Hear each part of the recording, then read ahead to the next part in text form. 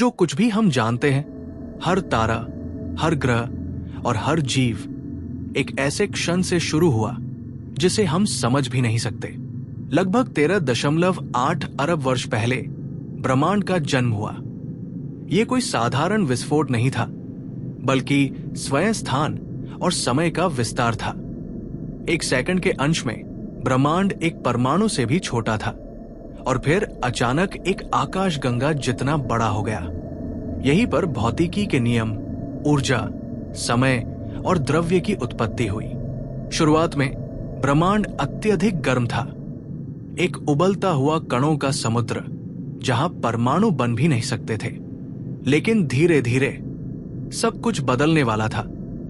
जैसे जैसे ब्रह्मांड ठंडा हुआ, परमाणु बनने लगे, मुख्यतः हाइड्रोजन और हीलियम।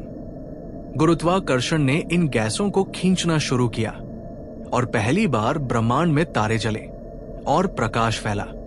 अरबों वर्षों में ये तारे एकजुट होकर आकाशगंगाएं बने, ब्रह्मांड की विशाल रचनाएं जो प्रकाश के द्वीपों की तरह फैली है। लेकिन ब्रह्मांड सिर्फ फैल ही नहीं रहा था, वो तेजी से फैल रहा था। आकाशगंगाएं एक दूसरे से दूर जा रही थी और ये विस्तार आज भी जारी है।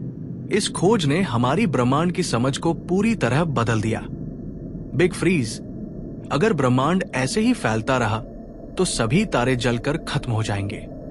आकाशगंगाएं एक दूसरे से इतनी दूर हो जाएंगी कि ब्रह्मांड ठंडा, अंधकारमय और सुनसान रह जाएगा। बिग रिप, यदि डार्क एनर्जी और शक्तिशाली हो गई तो वो ब्रह्मांड के हर कण को फाड़ सकती है, आकाशगंगाओं से लेकर परमाणुओं तक। बिग क्रंच, या फिर गुरुत्वाकर्षण इस विस्तार को उलट दे और सब कुछ फिर से एक बिंदु में समा जाए। शायद एक और बिग बैंग की शुरुआत हो।